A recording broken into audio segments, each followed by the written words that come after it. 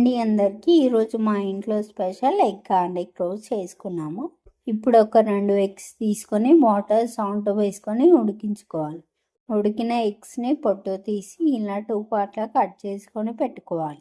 ఇప్పుడు ఒక కడాయి పెట్టుకొని ఆయిల్ పోసుకొని ఉడికించిన ఎగ్స్ని పెట్టుకోవాలి. కొంచెం పసుపు సాల్ట్ వేసుకొని ఫ్రై చేసుకోవాలి.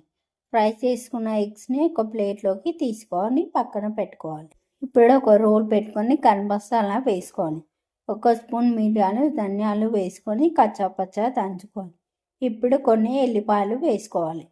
ఒక్కొక్క స్పూన్ చొప్పున కారం సాల్ట్ వేసుకొని దంచుకోవాలి.